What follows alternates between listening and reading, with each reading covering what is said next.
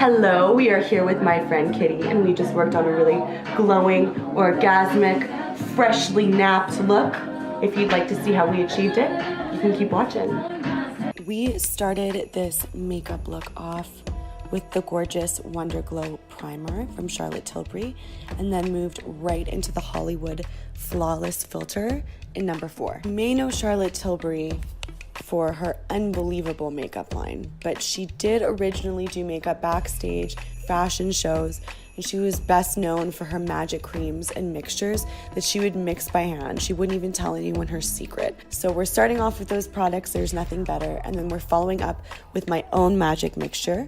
That's NARS Laguna bronzer, a couple of illuminators, maybe a cream, maybe a sunscreen, whatever I think would really suit my client the best. My number one secret tip, whatever you want to call it, is using a base, not a foundation, but mixing a base that you can put on your face, on your neck, on your shoulders.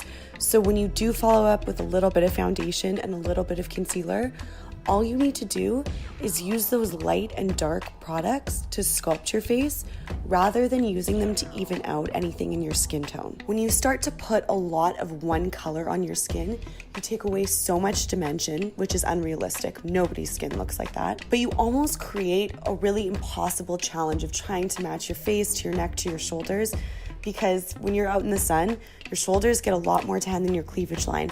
So you really need to think about where you're putting light and where you're putting dark, no matter your face, your shoulders, your bust, whatever. Moving on from just pressing in liquid illuminators and bringing a lot of liquid light into the skin, I'm just pressing in my favorite blush. It's Orgasm Blush. It's monumental. We all know the powder is amazing, but the liquid on any skin tone, on any age, is the most flattering formula. I shit you not, and 8 hours in, you'll look amazing. Following the blush, I can kind of see where the skin is starting to go, what direction it's going in. So then I'll sculpt, I'll start to bronze, I'll warm the skin up a little bit. And following that process, I can really decipher where I want coverage. Is it under the eye? Is it around the nose? Is it on the chin? Does she need it at all? So just kind of pushing everything into the eyelids, pushing everything on top of the cheekbones, seeing where that sun would hit first, and then bring that light back in. Can you tell that doing people's skin is my fucking jam? Because it is. I really love it. Hit yourself with that bronzer. Boy, get down on that clavicle, okay? Sun kiss that whole face and that whole décolletage, baby. This is truly the best part of the makeup because you get to see everything come together now. You've laid out the base. You've made sure that her skin looks super, super hydrated, or that your own skin looks super, super hydrated. You've kind of sculpted. You know about the shape of your face. And then with all of that depth and all of that color that you've just added, you can begin to tap areas and bring them forward. So on top of the lip, under the eye, around the cheekbone. Once you've laid out all that light color, you can really go in on your contour.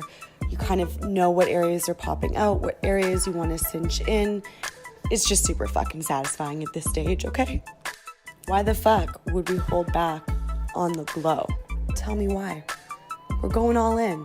We did that liquid glow. We're going in with the powder glow to set the liquid glow. Judge a bitch. I'm opening up the inner corners of the eye. I'm bringing that upper lip forward, you know? That's a pouty upper lip. Judge a bitch. I don't care. Finally, it's time to suffocate that glow with the tiniest amount of that Laura Mercier powder. Hit yourself on the chin, on the nose, on the forehead. Don't go too ham. Just give it a little kiss. We don't want it sitting in any wrinkles. We just want to set. And follow up with that bronzer. Sometimes I'll set with a bronzer over top of a cream. That is overkill for most daylight days, but in this case, because we're about to shoot a fucking soap shoot with Kitty, I'm really gonna give her as much dimension in the face as possible. I recently got so into contouring noses. I was never into contour the way I am now, but it's just little areas of light that you can cheat that just make such flattering changes to any face.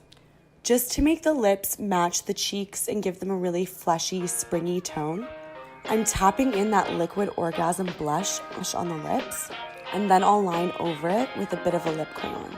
By doing that, again, we're doing the same thing. We're disguising different tones and we're mixing them in on different areas of the face. So when a foreign eye does look at the skin, they can't really detect where the makeup starts and where it stops. I know, it's fucking magic. Did you know that makeup used to actually be considered witchcraft back in the day? Yahoo.